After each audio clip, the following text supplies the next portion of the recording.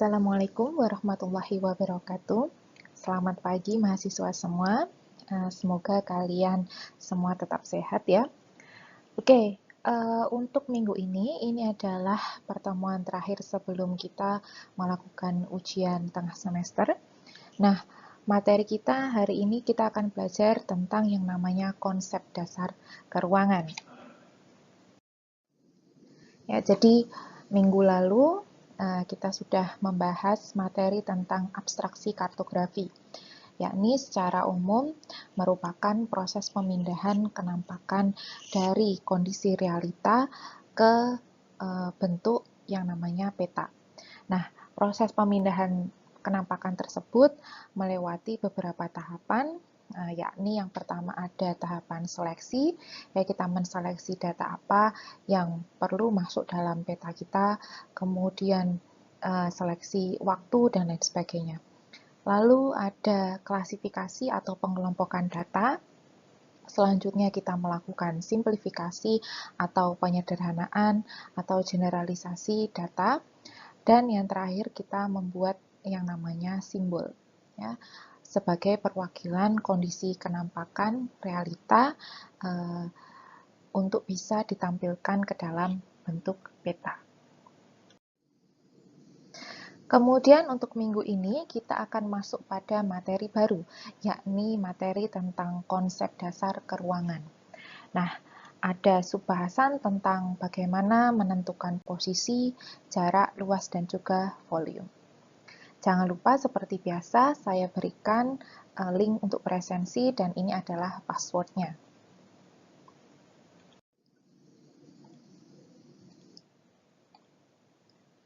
Ya, kita kembali lagi mereview pada proses penggunaan peta. Ya, jadi proses menggunakan peta ada membaca peta, menganalisis, kemudian melakukan interpretasi peta. Nah, analisis dan interpretasi peta, tahapan ini merupakan tahapan awal dalam kita melakukan penelitian kebumian. Dengan melakukan analisis peta, maka informasi tentang kondisi geografis atau fenomena geografis yang sifatnya kompleks itu kemudian bisa menjadi informasi yang teratur, yang jelas, dan bermanfaat bagi si pembaca peta. Analisis peta sendiri bisa dilakukan secara visual dan juga secara kuantitatif.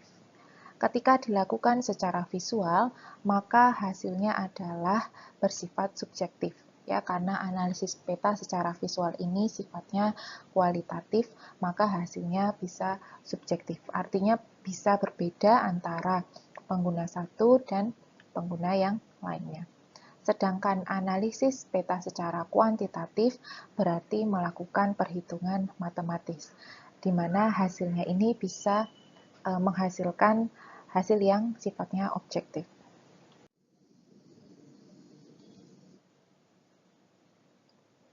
Untuk analisis peta secara kualitatif, maka penentuan atau pengukurannya dilakukan dengan cara verbal, ya, atau dengan deskripsi, dengan kata-kata. Maka ketika dihadapkan pada peta yang sama, dianalisis oleh orang yang berbeda, hasilnya bisa jadi tidak sama.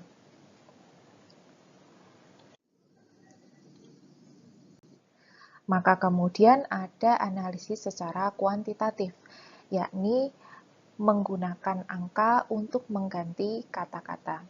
Ya, dari yang tadi kualitatif itu hasilnya adalah deskripsi atau verbal, maka ketika dianalisis secara kuantitatif menjadi numerikal. Jadi estimasi visual itu dikonversi atau diubah menjadi cara perhitungan, ya, dengan cara mengukur dan membandingkan pola secara matematikal. Bisa juga data grafis tersebut diubah menjadi data numerik.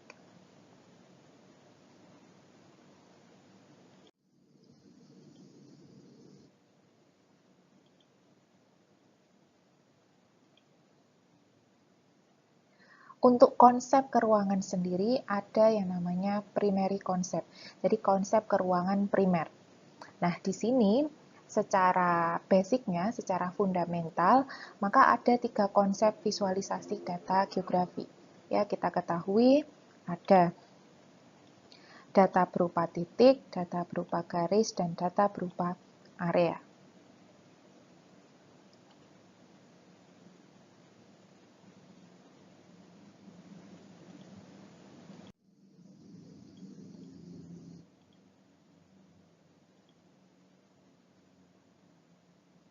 Yang pertama adalah titik. Ya, jadi titik ini merupakan konsep paling mendasar.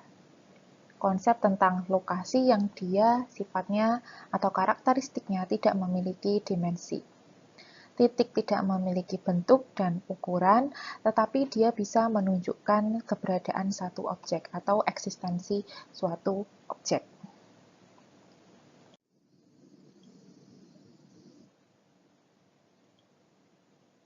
Sedangkan objek garis ya, itu merupakan konsep dasar kedua yang memiliki satu dimensi dan juga arah sebagai dasar orientasinya. Selanjutnya ada area. Nah, area ini dia sudah 2 dimensi. Pembentukannya itu dibentuk oleh titik-titik yang berdekatan atau garis yang berpotongan. Untuk objek area, dia memiliki fungsi yang lebih tinggi daripada titik dan garis, karena digunakan untuk mengeneralisasi dan mengklasifikasi kondisi sekitarnya. Area disebut juga sebagai region ya, dalam ruang geografi.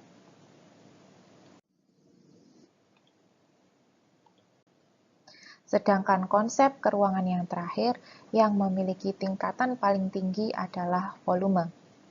Ya, jadi di sini volume karakteristiknya dia sudah memiliki 3 dimensi, kemudian terbentuk dari pengelompokan titik-titik dalam bentuk 3 dimensi,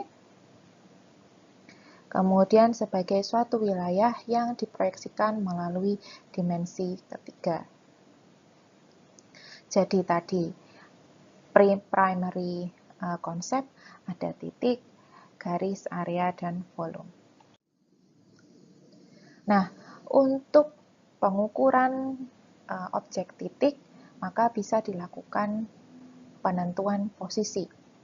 Posisi sendiri ada posisi horizontal dan posisi vertikal. Untuk posisi horizontal absolut, maka penentuan posisinya berbasis pada satuan tertentu mengenai posisi suatu objek secara pasti, atau dengan kata lain kita menyatakan posisinya melalui koordinat. Koordinat sendiri ada yang koordinat geografis dan koordinat UTM. Koordinat geografis menggunakan satuan derajat, menit, dan detik, sedangkan koordinat Universal Transverse Mercator menggunakan satuan meter dan diberikan informasi tentang zonanya. Itu untuk posisi horizontal yang absolut. Sedangkan untuk yang penentuan posisi horizontal relatif, maka posisi suatu objek dinyatakan atau dipandang relatif dari objek lain yang digunakan sebagai referensi. Ya, umumnya dinyatakan berdasarkan jarak dan juga arah. Sehingga ketika kita mengatakan posisi objek B terhadap objek A, maka kita mengatakan posisinya, jaraknya berapa, dan arahnya berapa.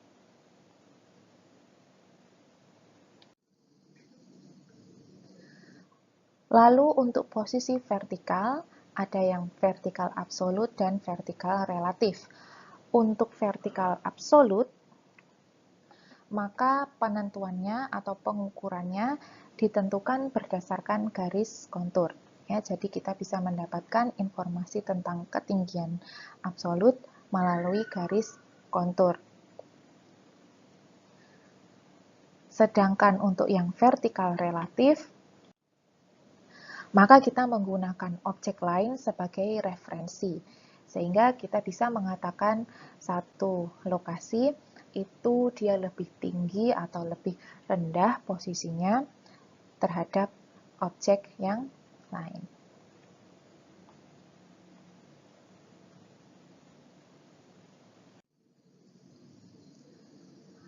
Untuk objek garis, maka kita bisa melakukan perhitungan jarak.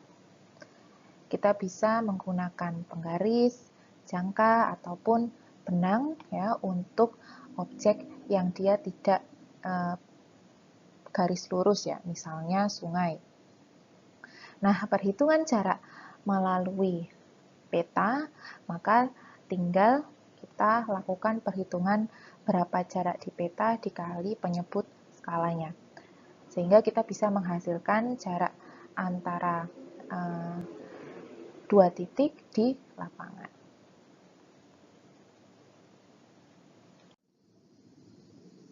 Sedangkan luas, kita bisa menggunakan beberapa metode untuk melakukan perhitungan luas. Ada square method, strip method, triangle method, dan juga menggunakan alat yang namanya planimeter.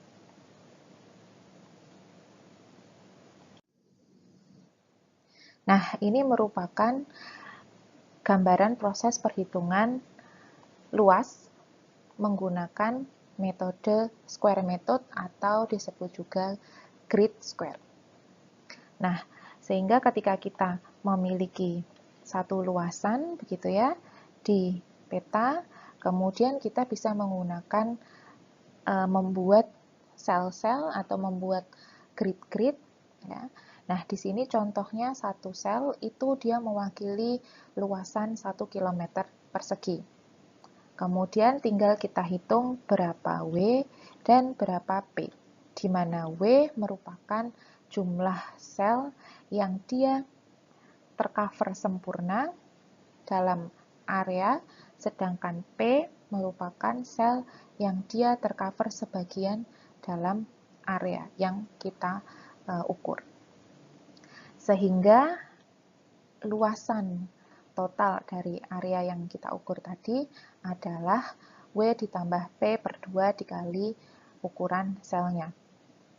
Maka hasilnya adalah ini.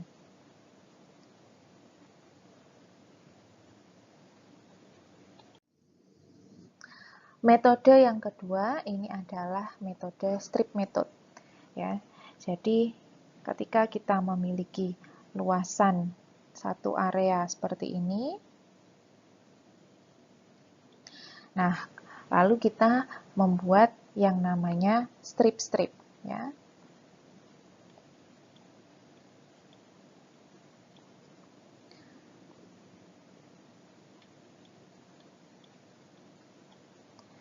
Nah, maka rumus luasnya adalah A sama dengan L dikali D, di mana L merupakan panjang setiap strip. Mulai dari A1 sampai A10 untuk contoh yang ini. Kemudian D merupakan lebar dari stripnya ya. Jadi lebarnya ini.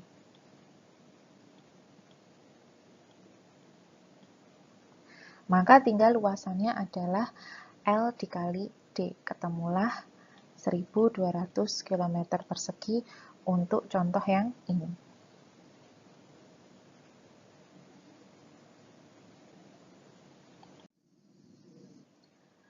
Nah, untuk objek yang dia memiliki 3 dimensi atau volume, maka kita bisa melakukan perhitungan volume.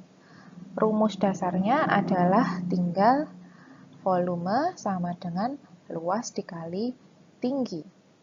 Maka yang pertama adalah kita hitung luasan areanya, kemudian kita hitung berapa tingginya. Luasnya bisa dihitung menggunakan metode yang tadi, ada grid square, kemudian strip, triangle, maupun yang planimeter, sedangkan tingginya bisa kita dapatkan datanya melalui data kontur.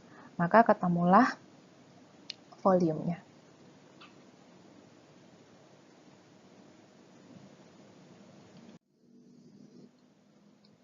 Ya, jadi itu tadi merupakan materi kita yang baru, yakni tentang konsep dasar keruangan, di mana ada primary concept, yakni ada objek berbentuk titik, garis, area, dan juga volume.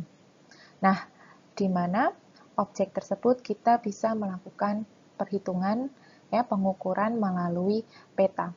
Untuk objek titik, kita bisa melakukan penentuan posisi, kemudian yang garis itu perhitungan jarak, yang objek area itu perhitungan luas, dan yang objek yang bervolume atau 3 dimensi kita bisa melakukan perhitungan volume. Jadi, itu tadi materi kita minggu ini. Terima kasih, saya tutup. Selamat melakukan aktivitas yang lain. Sukses juga untuk UTS-nya. Wassalamualaikum warahmatullahi wabarakatuh.